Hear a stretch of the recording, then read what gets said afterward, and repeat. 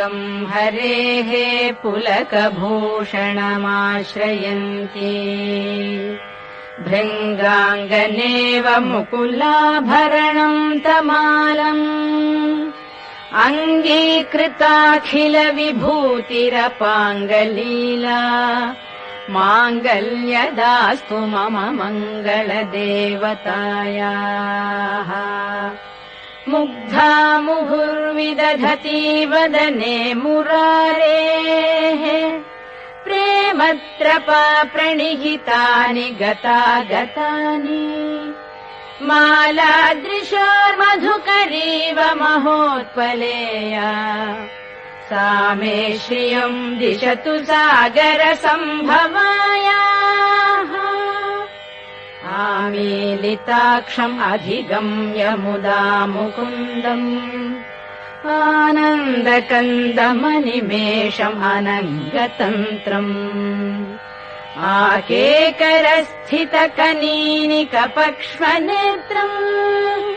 भूत्यै भवेन्मम भुजङ्गशयाङ्गनायाः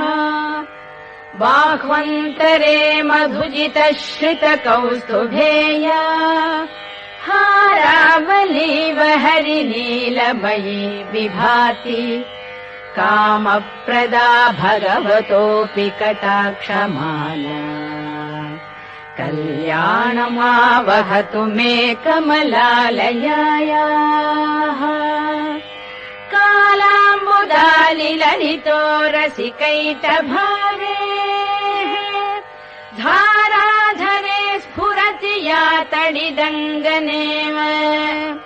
मातुः समस्तजगताम् महनीयमूर्तिः भद्राणि मे दिशतु भार्गवनन्दनायाः प्राप्तम् पदम् प्रथमतः खलु यत्प्रभावात् माङ्गल्यभाजि मधुमाथिनि मन्मथेन मय्यापतेत् तदिह मन्थरमीक्षणार्थम् मन्दालसम् च मकरालय कन्यकायाः विश्वामरेन्द्रपदविभ्रमदानदक्षम् आनन्दहेतुरधिकम् मुरविद्विषोऽपि ईशम् निषीदतु मयि क्षणमीक्षणार्धम् इन्दीवरोदर सहोदरमिन्दिरायाः इष्टाविशिष्टमतयोऽपि यया दयार्द्रदृष्ट्या त्रिविष्टपपदम् सुलभम् लभन्ते दृष्टिः प्रहृष्टकमलोदर दीप्तिरिष्टाम् पुष्टिम् कृषिष्ट मम पुष्करविष्टरायाः दद्याद्दयानुपवनो द्रविणाम्बुधाराम् अस्मिन्न किञ्चन विहङ्गशिशौ विषण्णे दद्याद्दयानुपवनो द्रविणाम्बुधाराम् अस्मिन्न किञ्चन विहङ्गशिशौ विषण्णे दुष्कर्म घर्ममपनीय चिराय दूरम् नारायण प्रणयिनी नयनाम्बुवाहः गीर्देवदेति गरुडध्वज सुन्दरीति शाकम्भरीति शशिशेखर वल्लभेति सृष्टिस्थितिप्रलयकेलिषु संस्थितायै तस्यै नमस्त्रिभुवनैकगुरोस्तरुण्यै श्रुत्यै नमोऽस्तु शुभकर्मफलप्रसूत्यै प्रत्यै नमोऽस्तु रमणीयगुणार्णवायै शक्त्यै नमोऽस्तु शतपत्रनिकेतनायै पुष्ट्यै नमोऽस्तु पुरुषोत्तमवल्लभायै नमोऽस्तु नालीकनिभाननायै नमोऽस्तु दुग्धोदधिजन्मभूम्यै नमोऽस्तु सोमामृतसोदरायै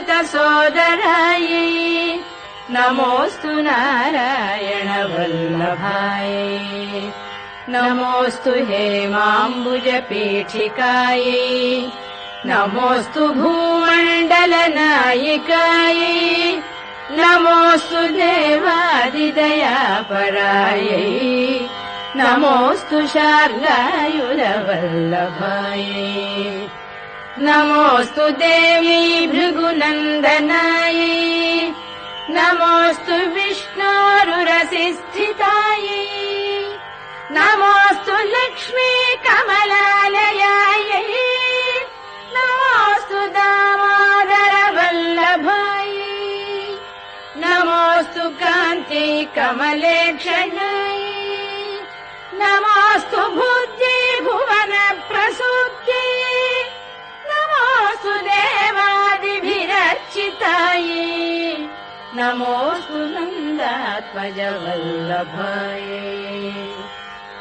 सम्पत्कराणि सकलेन्द्रियनन्दनानि साम्राज्यदानविभवानि सरोरुहाक्षि त्वद्वन्दनानि दुरितोद्धरणोद्यतानि मामेव मातरनिशौ कलयन्तु मान्ये यत्कटाक्षसमुपासनाविधिः सेवकस्य सकलार्थसम्पदः सन्तनोति वचनाङ्गमानसैः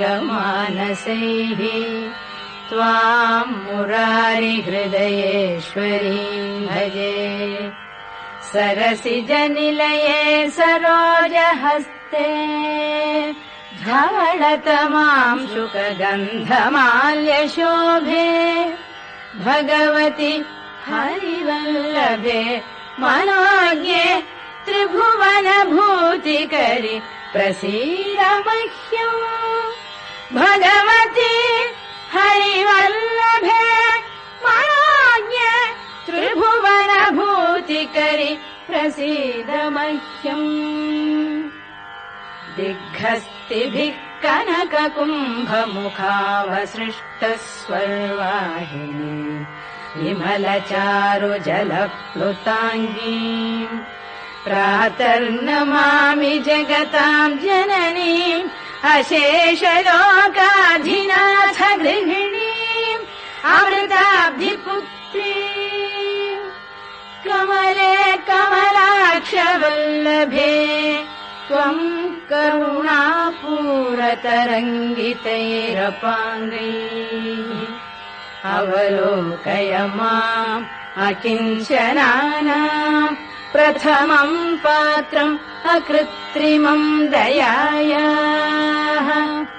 स्तुवन्ति ये स्तुतिभिरमूभिरल्वघम् त्रयीमयीम् त्रिभुवनमातरम् रमाम् गुणाधिक गुरुतर भाग्यभागिनः भवन्ति ते भुवि बुधभावि